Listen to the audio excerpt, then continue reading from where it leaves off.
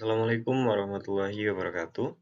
Kami dari kelompok 9 dengan anggota M. Saiful Arifin dengan NIM 21 2019 0428, M. Hafid Abil Barudin dengan NIM 21 2019 0430, dan saya sendiri Muhammad Asari Hamdan dengan NIM 21 2019 0411.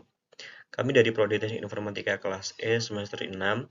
Kami akan mempresentasikan tugas ujian tengah semester mata kuliah Keamanan Informasi Jaringan dengan title kami yakni Perancangan Sistem Keamanan Informasi Internal Publishing Web Application. Dengan berkembangnya dunia internet saat ini, menyebabkan hampir di semua bidang kehidupan mendapatkan manfaat dari keberadaan internet tersebut, ya kan? Dengan internet kita dapat mengakses informasi, berlangganan informasi, memberikan informasi, mengirim surat, mentransfer file, berbicara secara teks atau chatting, ataupun berkomunikasi seperti menggunakan telepon. Selain itu, pengguna internet bisa mendapatkan berbagai hiburan yang ditawarkan melalui internet dengan beragam situs-situsnya yang menarik. Gaya hidup baru akhirnya muncul sebagai dampak dari internet. Dalam bidang pendidikan, banyak pula situs-situs yang mendukung dunia pendidikan, misalnya munculnya virtual university, virtual library, electronic news yang merupakan sebuah langkah maju dalam bidang pendidikan dan penyebaran informasi. Virtual library didefinisikan sebagai perpustakaan maya, di mana secara fisik fasilitas atau gedung perpustakaan yang dimaksud tidak ada atau hanya ada secara virtual, dan punya fasilitas yang biasa disediakan oleh perpustakaan yang konvensional. Pada dunia pendidikan di Indonesia, khususnya pada perdosenan tinggi atau perguruan tinggi, biasanya sudah memiliki fasilitas perpustakaan. Permasalahan-permasalahan yang dihadapi beberapa kampus terkait perpustakaan antara lain, yang pertama yaitu terbatasnya anggaran dana untuk melakukan pengembangan perluasan gedung perpustakaan. Kedua, mahasiswa sulit meluangkan waktu pergi ke perpustakaan kampus atau mempunyai kendala dengan jam yang terbatas.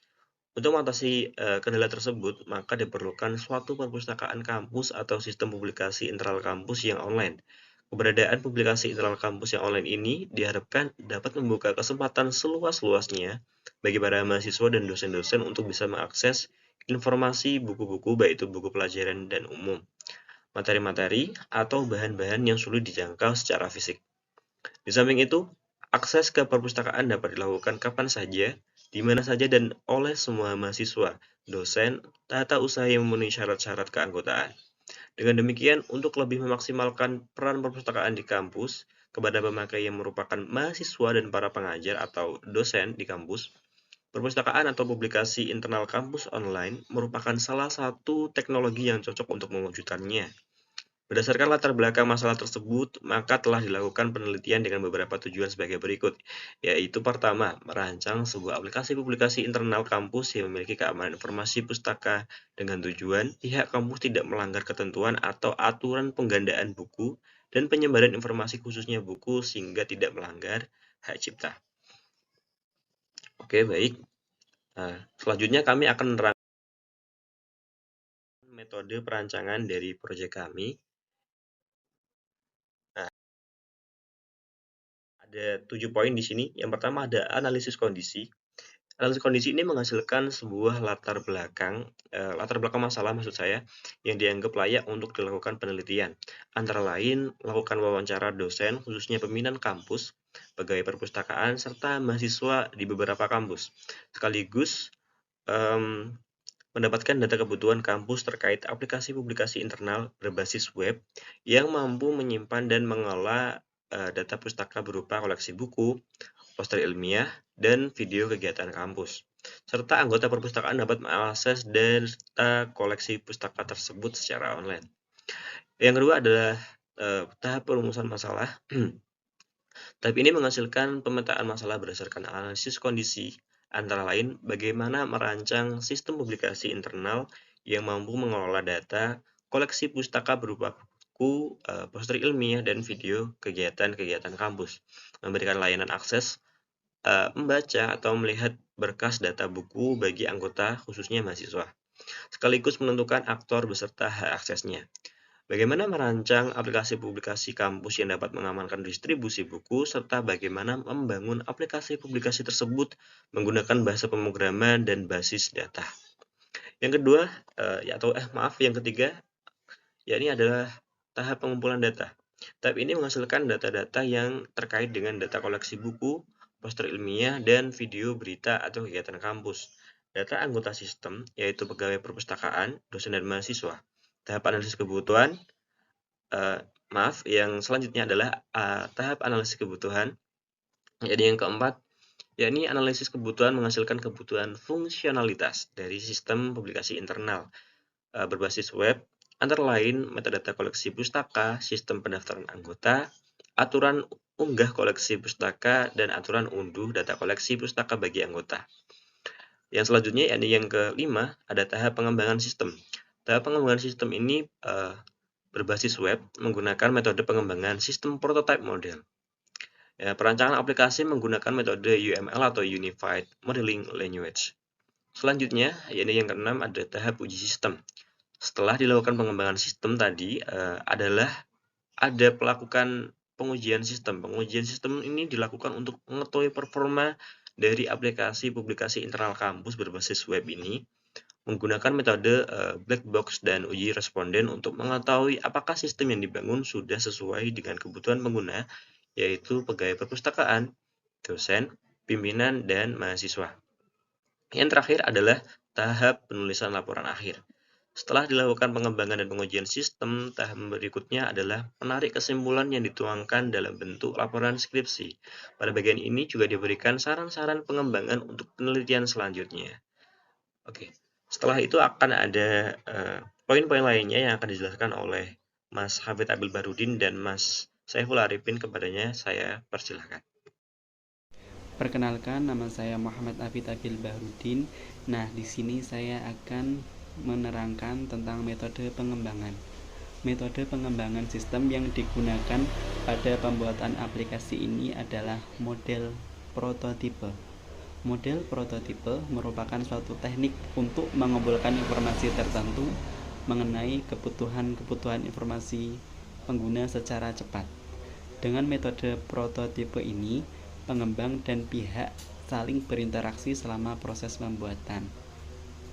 Tahap listen to customer atau information gathering merupakan tahapan untuk mendapatkan informasi tentang kebutuhan aplikasi yang akan digunakan.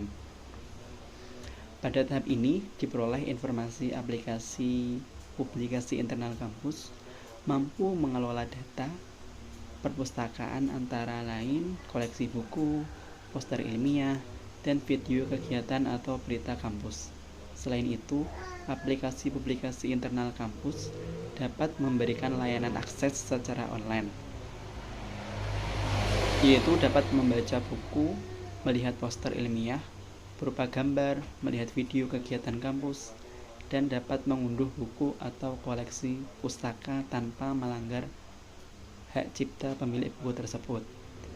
Tahap selanjutnya dalam metode prototipe yaitu will revisi markup atau membangun aplikasi secara cepat.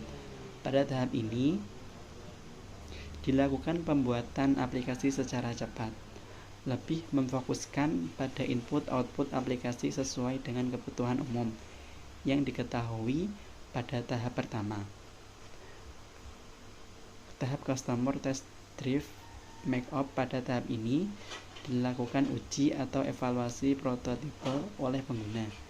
Uji dan evaluasi prototipe digunakan untuk mendapatkan umpan balik apakah aplikasi sudah sesuai dengan kebutuhan user atau evaluasi prototipe belum sesuai dengan kebutuhan user.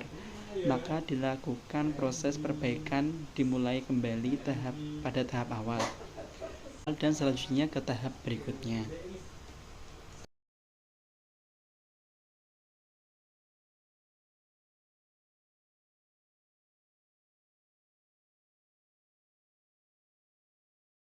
Dalam melakukan penelitian risiko dengan metode OCTAV-S, adapun 3 fase yang perlu dilakukan yaitu yang pertama, fase identifikasi aset berdasarkan profil risiko.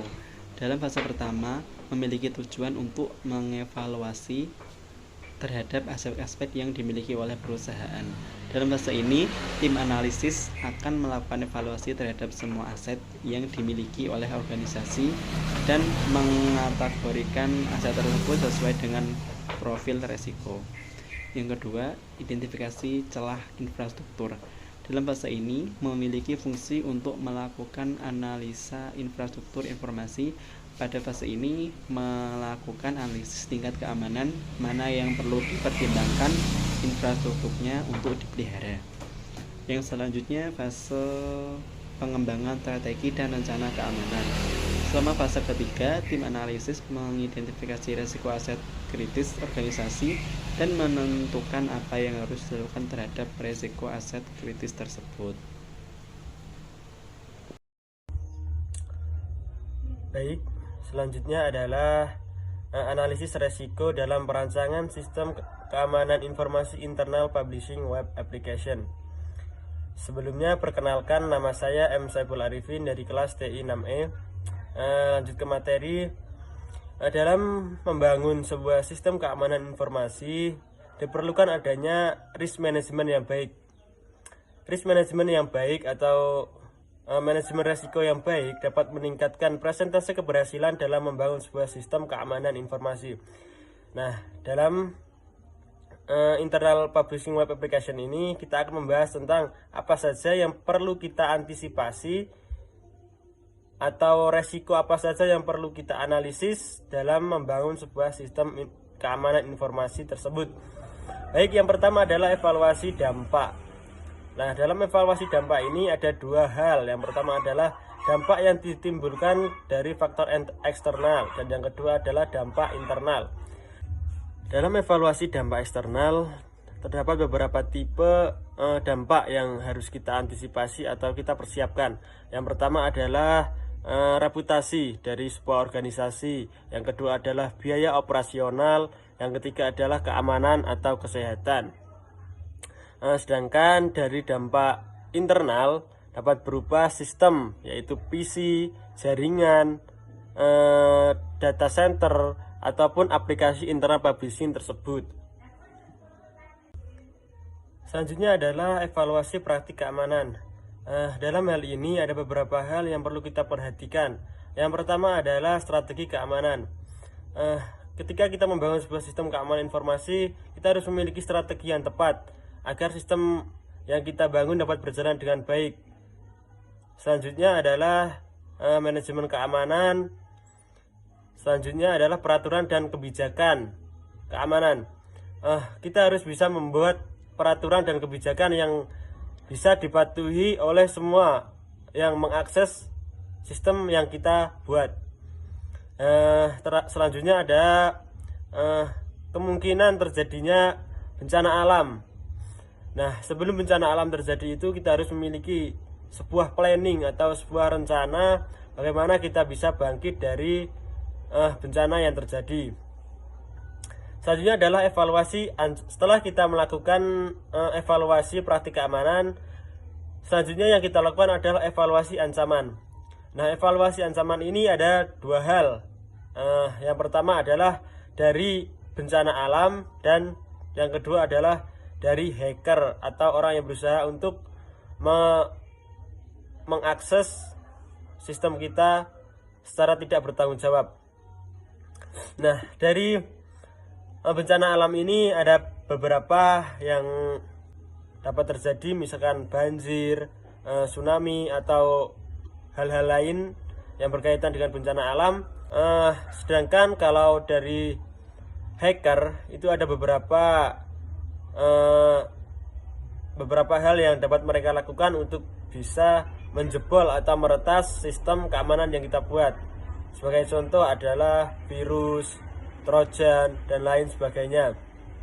Selanjutnya adalah atau yang terakhir adalah evaluasi lanjutan. Dalam evaluasi lanjutan ini ada beberapa hal. Yang pertama adalah manajemen sponsor by security informant. Ini lebih mengarah ke bagaimana kita mendapat sponsor agar bisa mensupport sistem yang kita bangun. Demikian yang dapat saya sampaikan, kurang lebihnya mohon maaf, terima kasih.